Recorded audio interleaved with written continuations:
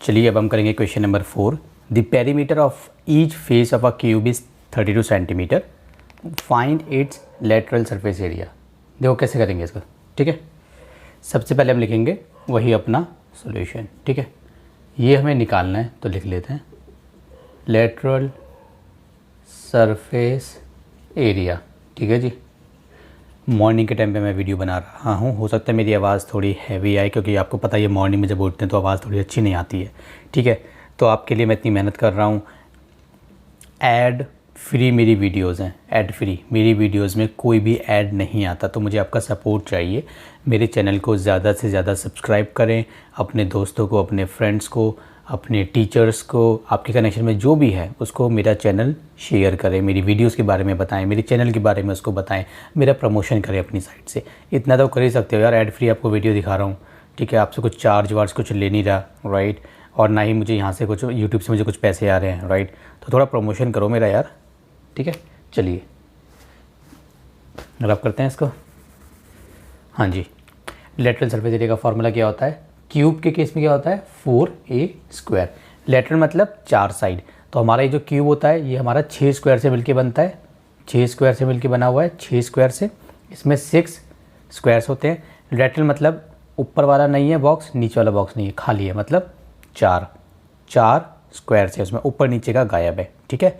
तो 4 हैं तो मतलब 4a²। ए मतलब साइड, 4 साइड स्क्वायर, ठीक है। ये फार्मूला होता है, मैंने आपको आई थिंक क्वेश्चन नंबर 2 में समझाया भी था कैसे होता है, ठीक है ना। चलिए, तो ये हमारा फार्मूला हो गया। अब इस क्वेश्चन में लेटरल सरफेस एरिया निकालने के लिए मेरे को चाहिए ए। मेरे पास ए तो है नहीं, ये क्या है? ये तो पेरीमीटर है। The perimeter of each face of a cube. ये पेरीमीटर है भाई, ये साइड नहीं है, ठीक है। तो perimeter of each face of a cube मतलब कि क्यूब में 6 फेस हैं बेसिकली, 6।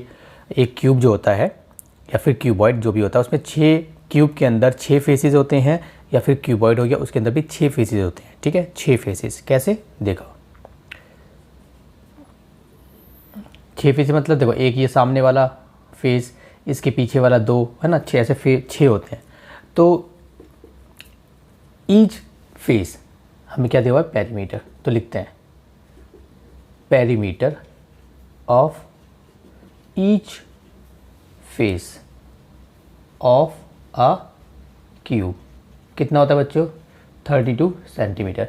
तो मान लो ये एक फेस है, 6 में से मैंने एक फेस निकाल लिया बाहर, यही तो है। तो इसका पेरीमीटर कितना है? 32 सेंटीमीटर है।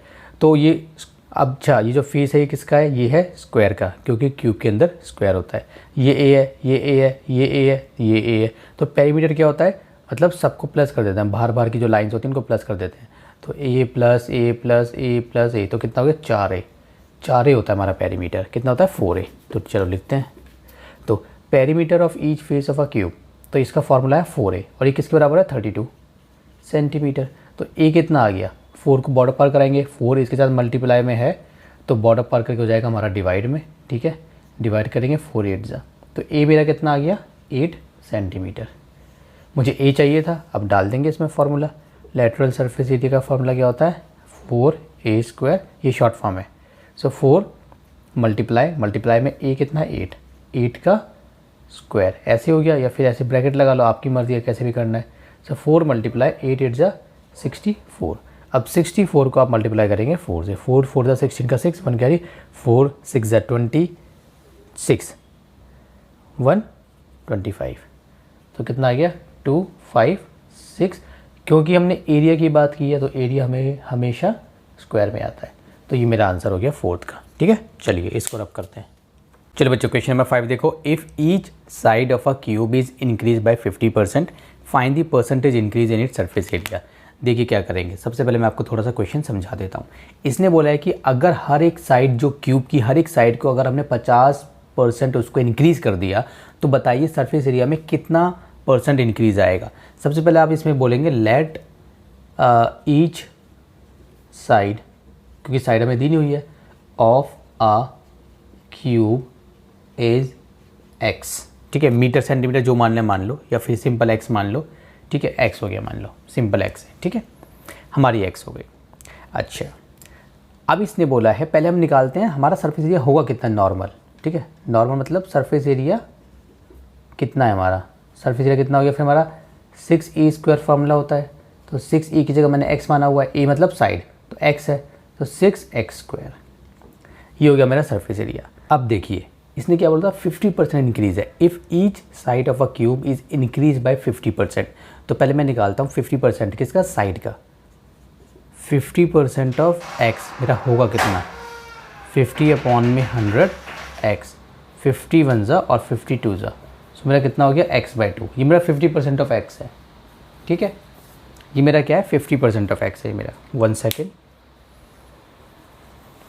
बैठ जाओ यहाँ, बैठ जाओ, आपको यहाँ लेट जाओ, यहाँ लेट जाओ, लेट जाओ, लेट जाओ।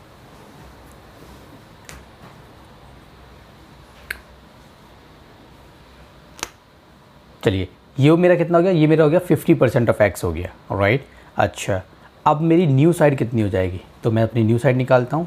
सो हैंस न्यू साइड मेरी कितनी हो जाएगी, पुरानी साइड मेरी x थी, 50% इंक्रीज़ करना है तो इंक्रीज़ मतलब प्लस, और कर देते 50% इंक्रीज़। अब दोनों को क्या करेंगे, इसका एलसीएम लेंगे, क्योंकि जब भी ऐसा होता तो एलसीएम लेते हैं, इसके नीचे 1 लगाएंगे, तो एलसीएम कितना आ गया, 2 एलसीएम आ गया। सो ये वाला x ब्रैकेट प्लस ये वाला x ब्रैकेट, 1 का टेबल 2 बार पढ़ना पड़ेगा, 2 का टेबल 1 बार पढ़ना पड़ेगा, ठीक है।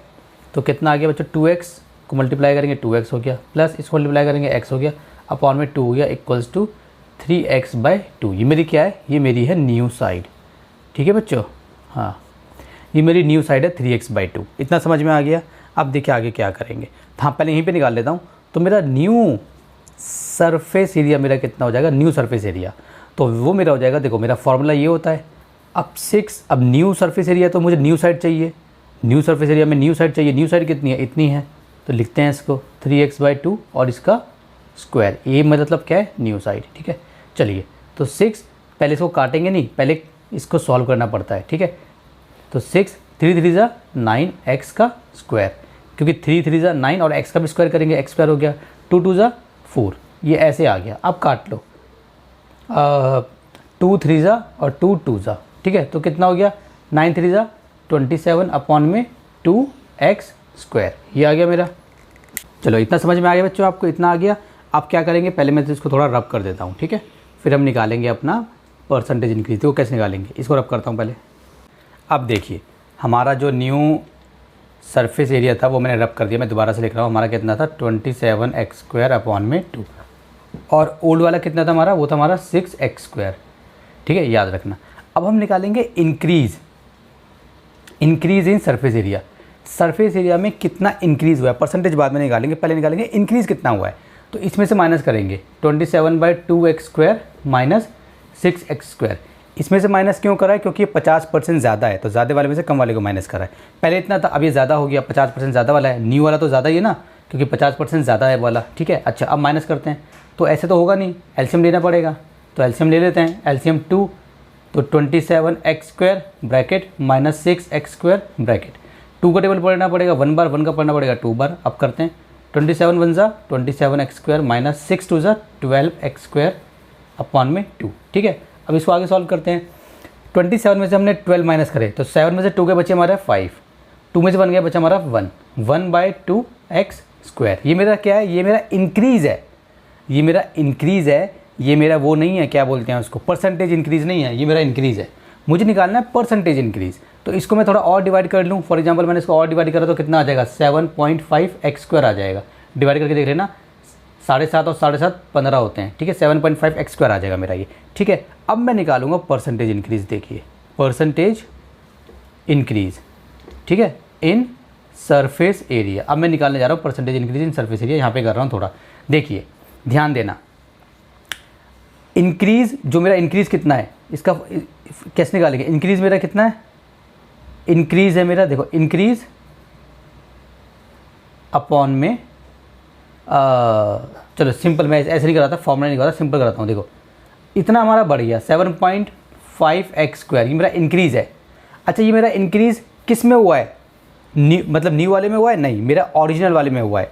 मेरा ओरिजिनल इतना था, इसमें इंक्रीज़ हुआ है इतना, तो डिवाइड में कितना आ जाएगा 6x² और मल्टीप्लाई में 100 क्यों आएगा मल्टीप्लाई में, क्योंकि हम परसेंटेज की बात कर रहे हैं, परसेंटेज की हम बात कर रहे हैं। सिंपल सा है, जैसे आपके मार्क्स आते हैं, फॉर एग्जांपल आपके 500 में से आपके 200 मार्क्स आए तो 200 ऊपर लिखते हो, 500 नीचे लिखते हो, 100 करते हो मल्टीप्लाई से, आपकी परसेंटेज निकल जाती है। तो उसी तरीके का है, आपका इंक्रीज इतना हुआ है, हुआ किस में से है, ओरिजिनल में से इंक्रीज हुआ है, और 100। अब इसको हम सॉल्व करेंगे एक्स स्क्वायर से, तो एक्स स्क्वायर कैंसिल हो गया, ठीक है। अभी कितना है हमारा 7.5 अपॉन में 6, और यहाँ पे कितना है मेरा 100। इसको हटाएंगे तो नीचे 10 आ जाएगा, तो 1 0 से 1 0 कट गया। अब 3 2 ज़ा 6, 3 2 ज़ा 6 और 3 5 ज़ा 15, ये आ गया। अब 2 5 ज़ा 10, अब 25 को और 5 को मल्टीप्लाई करें तो कितना आएगा बच्चों, ये आएगा हमारा 125%, ठीक है। इसको ऐसे लगा के यहाँ पे परसेंटेज लगा लेना, ठीक है, ऐसे करके परसेंटेज लगा लेना। तो ये मेरा क्या होगा, ये मेरा आंसर हो गया, 125 इंक्रीज़ हुआ है, ठीक है। चलिए इसको रब करते हैं।